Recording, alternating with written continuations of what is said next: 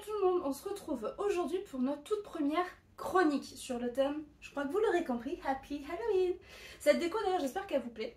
Je vous avais dit que des petits esprits facétieux étaient passés à la maison. Parce que ceci va nous suivre jusqu'à la période de Noël. Voilà, on va garder ça pendant 2 mois, j'espère que vous êtes prêts. Après tout, pourquoi est-ce qu'il n'y aurait que la déco de Noël qui dure je sais pas combien de temps? Moi j'adore Halloween, donc Halloween c'est 2 mois. Bref, trêve de plaisanterie. Donc, thème Halloween, bon, parce que c'est Halloween, mais aussi parce que Hibiki a créé un challenge. Je vous l'avais expliqué en story, mais en gros, Hibiki, chaque année, fait le Halloween Challenge. Donc normalement, ça commence du 15 septembre jusqu'au 15 novembre.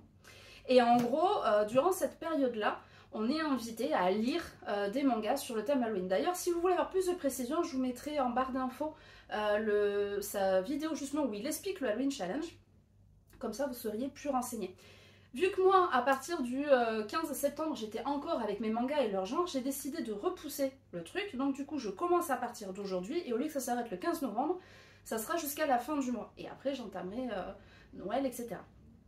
Donc, il y avait des petits malins parmi vous qui en story avaient reconnu une case que j'avais envoyée. Donc nous allons bien parler de The Ancient Magus Bride. Désolée, je suis toujours pas anglaise.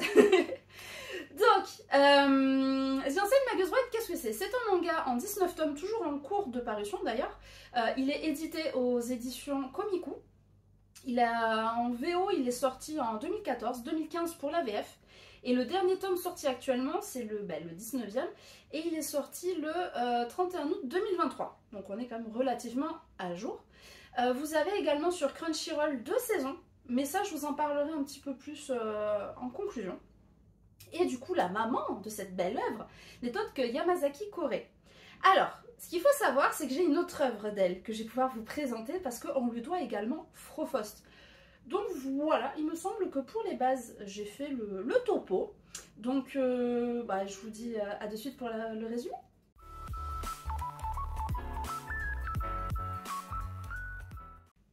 Je me rapproche de vous, ça sera plus simple pour papoter.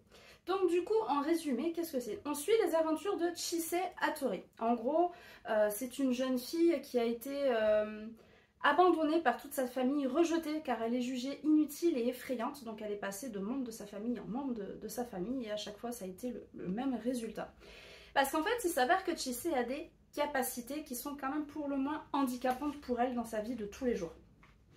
Dans le sens où elle voit ce que le commun des mortels ne voit pas et peut interagir avec quand c'est pas justement le surnaturel et l'occulte qui interagit avec elle et qui effraie du coup tout le monde. Elle en peut plus. Cette vie, elle en a marre d'aller de foyer en foyer, de perdre sa foi en l'humain, etc. Donc du coup, elle décide de changer de vie et de se vendre aux enchères. Elle quitte son Japon natal pour aller à Londres. Et elle qui s'attend à vivre la même vie, si ce n'est pire, parce qu'en fait elle s'attend à être abandonnée ou tuée, et puis de toute façon vu qu'elle ne tient pas à sa vie, elle s'en fiche un peu en fait de ce qui va bien pouvoir lui arriver.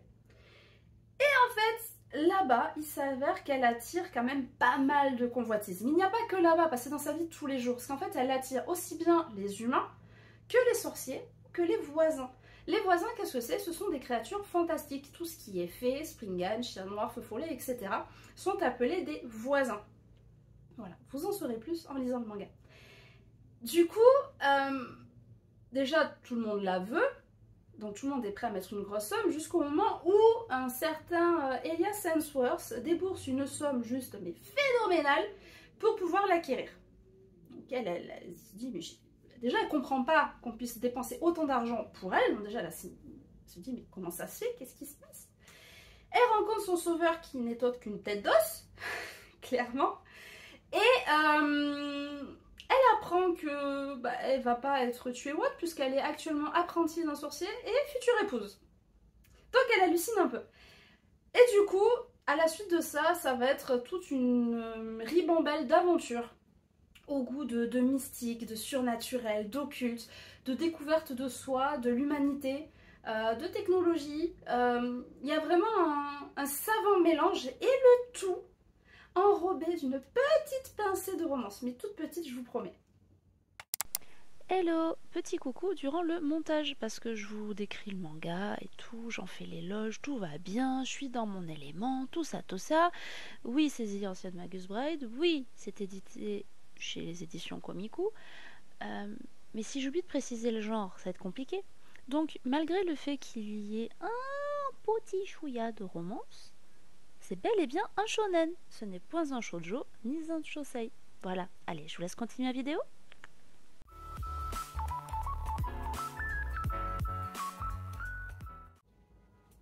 Du coup, je vais vous donner mon avis. Déjà, dès le départ, on s'attache énormément à Chise parce qu'on partage avec elle toutes ses émotions. Elle a un caractère qui est quand même relativement taciturne et solitaire, tout comme son sauveur d'ailleurs. Et du coup, c'est vrai qu'elle est entourée vraiment de pensées qui ne sont pas forcément joviales. Elle a pas mal d'idées noires et c'est vrai qu'elle qui n'accorde que très peu d'importance à sa vie, on la voit évoluer. Déjà, ce qu'il faut savoir, c'est que, bon, hormis le fait qu'elle est passée de famille en famille, enfin, de membre de sa famille en membre de sa famille, elle a une piètre estime d'elle-même et de sa propre vie. Dans le sens où elle, se sacrifier pour les autres, c'est un honneur. En fait, elle a ce petit côté un peu super-héroïne où elle n'hésite pas à se mettre en danger pour pouvoir sauver les personnes qui l'entourent et auxquelles elle s'attache. Ce qu'elle n'arrive pas à comprendre, c'est que si elle s'attache aux gens, les gens s'attachent aussi à elle. Et ça, elle a vraiment du mal avec ça, parce que pour elle, son existence ne vaut rien. Donc du coup, on suit vraiment, c'est pour ça que je lui disais, le développement de soi, etc. sont des thèmes qui sont abordés dans le sens où elle va apprendre sur elle-même et elle va apprendre envers les autres. Et ce qu'il y a, c'est que de tout ça en court beaucoup de choses, parce qu'en fait, à la surprise générale, Elias se retrouve à l'apprendre en tant qu'apprenti. Parce qu'en fait, Elias, comme je disais, est aussi taciturne et très renfermé qu'elle, mais surtout, Elias est un personnage qui est très vieux et qui n'a aucun souvenir de ses origines. En gros, c'est un être de chair incomplet. À l'heure actuelle, on ne sait pas s'il est le fruit d'une expérience ratée, s'il a été créé, s'il était humain avant, on ne sait pas. Le mystère reste toujours entier, 19 tomes plus tard. Donc ça, j'aime bien, j'aime beaucoup. Mais ce qu'il y a, c'est surtout qu'Elias a une fascination pour l'être humain depuis qu'il est éveillé. Parce qu'en fait, les seuls souvenirs qu'il a, c'est à son éveil et qui date de quelques milliers d'années, si mes souvenirs sont bons. Milliers, non, peut-être pas, centaines d'années. Centaines. J'exagère, je confonds avec un autre perso. Et du coup, il n'a aucune notion de bien et de mal, parce qu'en fait il est fasciné par les humains, mais il est incapable de comprendre. Il ne comprend pas leur gestuelle, il ne comprend pas l'esprit de famille, il ne comprend pas l'amitié, il ne comprend pas l'amour, la colère, etc., etc., etc. On a essayé de lui inculquer, d'où le fait qu'il ait voulu prendre Chise en tant qu'épouse, mais ça vous saurez pourquoi en lisant, c'est toujours pareil. Et du coup c'est pour ça qu'il va être amené à avoir des réactions qui sont quand même cruels, parce qu'il se découvre, non, il est très capricieux, et en fait, quand on n'a pas cette notion de bien et de mal, lui, ce qu'il veut, la cause qui sert, en fait, peut être juste, la manière d'y parvenir, elle est quand même très douteuse. Mais au côté de Chise, il va apprendre, donc en fait, ce qui est beau, c'est qu'on a une relation entre les deux, où lui est son professeur de magie, elle est son professeur d'humanité, et en fait, ils vont se compléter, apprendre à avancer main dans la main. Et de toute façon, c'est ce qu'il faudra au vu des épreuves qui les attendent, en fait, tout simplement. Ce manga, pour moi, est vraiment une tuerie parce que tous les personnages sont développés. Parce que même quand vous avez quand même quelques personnages secondaires, ils ne sont pas laissés pour compte et on en apprend. Alors ce qui est assez drôle, c'est qu'on en apprend plus et plus rapidement sur les personnages secondaires que sur nos protagonistes de base, qui restent, n'empêche, notre couple phare, qui n'est autre qu'Elias et Chise.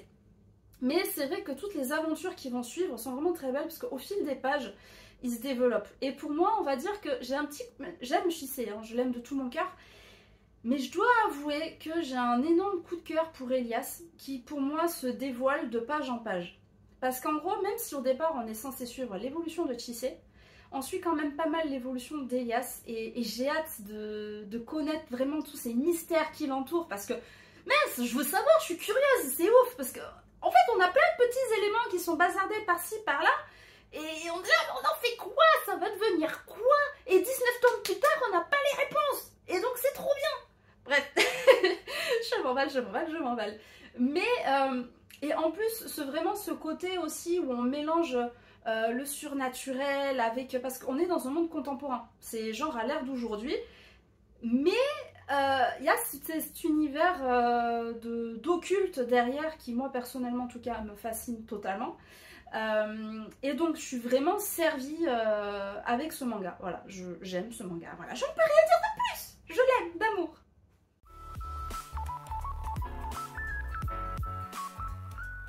Du coup, on va suivre avec la qualité graphique. Déjà, ce qu'il faut savoir, c'est que la couleur est annoncée dès les couvertures. Comme on peut le voir ici, je pense que je vous les mettrai, mais voilà. C'est aussi beau en couleur qu'en noir et blanc. Enfin, ou en noir et blanc qu'en couleur. Et là encore, ce ne sont que les 2 premières couvertures.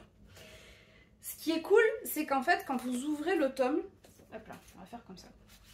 Parce qu'il faut le déshabiller, et hop là. Et en fait, vous avez sur chaque tome un petit truc. Donc déjà, vous avez ici, systématiquement, le journal de Silky.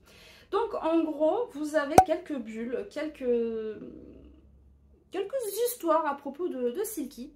Et après derrière, donc sur les premiers tomes, donc là on a le plan d'une pièce de la maison d'Elias.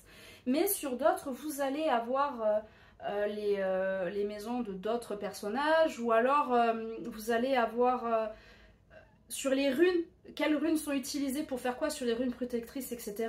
Après il va y avoir des textes sur des déités, ce genre de choses.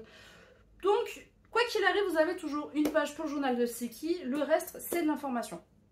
Dans chaque tome que vous ouvrez, vous avez également, hop là, cette page qui est systématiquement en couleur. Donc on a ça, alors ça c'est sur le tome 1, donc sur le tome 1 on a plus de pages couleur, en effet. Hop là, je vais vous le faire en plus près, voilà, et voilà. Est-ce que c'est pas merveilleux que Non mais vraiment, est-ce que je suis amoureuse de ce manga? Spoiler. Donc voilà, mais quand on voit qu'on peut avoir ce genre de page également, moi je suis désolée, je suis totalement in love. Donc vraiment, graphiquement, ce manga est une pépite. De toute façon, là vous voyez, hop là. Il y a aussi des banshees, je sais pas si je vous l'ai dit, mais voilà. Ce qui est beau aussi, c'est qu'en fait, comme je disais, on est dans un monde du coup actuel, donc contemporain. Donc en fait, on se retrouve avec un Londres dessiné. Et en fait, on a vraiment ce switch parfait entre le Londres d'aujourd'hui, etc. Avec les univers occultes, parce qu'il y a d'autres mondes, il y a le monde féerique aussi par exemple, qui est juste magnifique aussi. Et on va partir aussi en race campagne, avec ces détails, ces petites chaumières, ces champs de fleurs, etc. Vraiment, au fil des pages, on voyage en même temps que les protagonistes. Ce qu'il y a aussi, et que personnellement, si vous me connaissez personnellement, vous le savez, je suis en amour, mais total, je succombe totalement à des cases pleines. Je surkiffe ça. Plus il y a de détails dans les cases, mieux je me porte. J'adore avoir des décors hyper travaillés, des persos hyper travaillés aussi. Vraiment, c'est mon bonheur. Clairement, on va pas se mentir.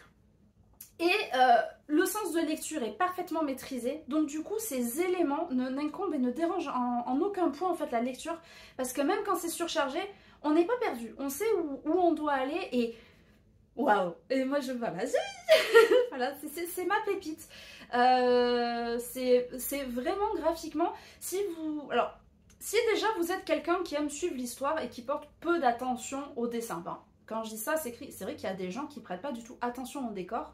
Pour eux, il n'y a que les protagonistes qui sont importants, chose que je peux comprendre. Déjà, ceux qui sont intéressés par l'histoire, vous allez... Je pense qu'il y a moyen de kiffer. Ceux qui sont amoureux de ces détails, qui aiment bien du coup pour des inspirations et ce genre de choses, il est parfait aussi. Parce que justement, on a ce switch en fait qui est parfaitement fait de quand ils voyagent, etc.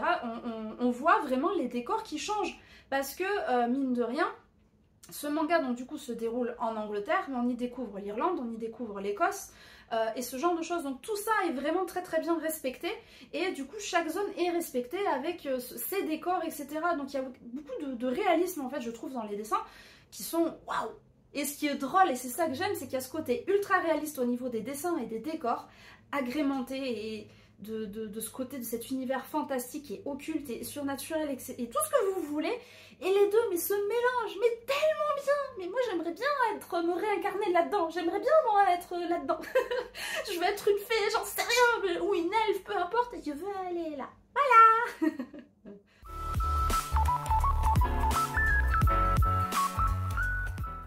Dans notre monde où la science et la technologie nous envahissent, ce même monde où les croyances païennes sont désuètes, où on ne croit plus aux fées, aux dieux et autres créatures fantastiques, notre héroïne essaye de se débattre à la découverte d'elle-même et de ce monde qui lui fait si peur depuis son enfance.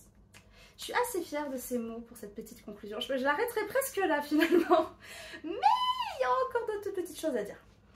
Vous l'aurez compris, ce manga est pour moi une pépite et un de mes coups de cœur. Je savais déjà que c'était un de mes mangas préférés, mais il a fallu que je le relise pour vraiment confirmer le truc.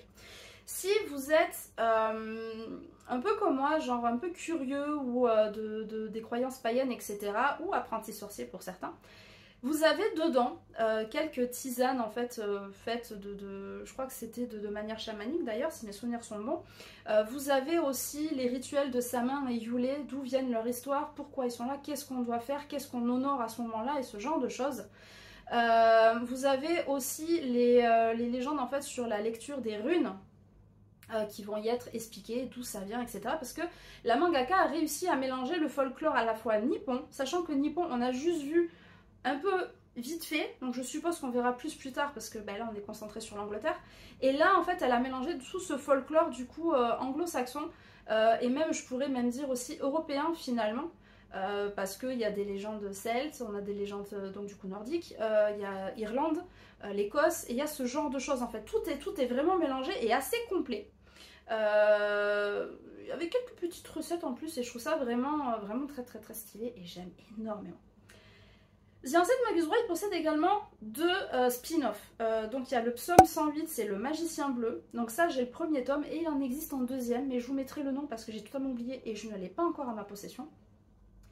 Vous avez également deux romans, donc le fil d'or et le fil d'argent avec un artbook. Et dans le fil d'or et le fil d'argent, en fait, ce sont des nouvelles. Enfin, en tout cas, il y en a un, je sais que c'est des petites histoires qui sont dedans. Et justement, il y a des histoires qui introduisent chacun des deux spin-offs. À savoir aussi, c'est que les deux spin-offs ne sont...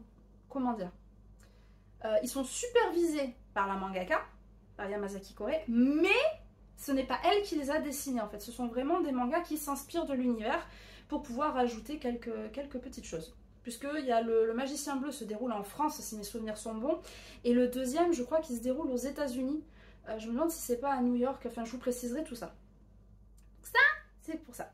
Ensuite, pour les moins gros lecteurs, qui n'ont pas envie, qui ont la flemme, qui veulent être à jour, etc., ce qu'il faut savoir, c'est que vous avez deux saisons qui sont actuellement sur Crunchyroll. Si j'ai voulu sortir ma vidéo sur The Ancient Magus Bride là, sur la première semaine d'octobre, c'est pour la bonne et simple raison que la partie 2 de la saison 2 est sortie justement le 5 octobre. Donc là, actuellement, vous pouvez dévorer la deuxième partie de la saison, donc du coup les deux saisons entières. Ce qu'il faut savoir aussi, c'est que la deuxième saison débute à partir du tome 14, si mes souvenirs sont bons. Et la première partie se termine, je crois que c'est au niveau du tome 16 ou 17. Donc actuellement je n'ai pas encore vu la deuxième partie de la saison 2, donc je ne sais pas si elle couvre le manga jusqu'au 19e tome, mais à mon avis elle s'en rapproche. Mais au pire je vous ferai un edit sur Insta ou là en information sur la vidéo et je vous préciserai. Mais en tout cas voilà, là actuellement en regardant les deux saisons sur Crunchyroll, à mon avis vous allez pouvoir être à jour. Si je peux me permettre un petit truc. Déjà je vous conseille très fortement également l'OST de The Ancient Magus Bride. Vous avez sur Spotify tout simplement une playlist dédiée. Mais il y a une chanson particulière et elle par contre je vais vous mettre le lien aussi en barre d'infos ou peut-être en i aussi, je vais voir. Ceux qui ont lu le manga, il y a un passage avec Lindell. Voilà, je spoil pas. Il y a un passage avec Lindell. Si je vous dis Lindell et baguette magique. Voilà, c'est les seuls... Voilà. Si vous l'avez déjà lu, je vous invite à le relire en écoutant cette musique que je vais vous mettre en lien, qui pour moi est... Voilà. Ceux qui regarderont l'anime, vous comprendrez. Cette chanson est juste magnifique. Voilà, c'est... Je me l'étais imaginée à la lecture.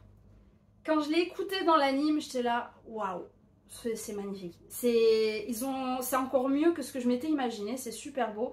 Ça m'a même émue, je l'écoute en boucle, ben, genre là depuis hier. Et parce que c'est vrai que je n'avais pas pensé à regarder et voilà. Enfin bref, je vais arrêter de m'étaler parce que sinon on va avoir une vidéo qui va encore traîner en longueur. Parce que je voulais vous faire quand même une chronique de qualité pour ce retour. Mais du coup voilà, donc j'espère en tout cas que cette chronique vous aura plu, que ce format-là vous plaît. Si vous voyez des améliorations à apporter, je vous écoute. Mes DM sont ouverts, les commentaires aussi, sachez-le. En attendant, si ça vous a plu, ben, partagez, likez. Et du coup, je vous dis à la semaine prochaine pour de prochaines aventures halloweenesques. Allez, ciao ciao!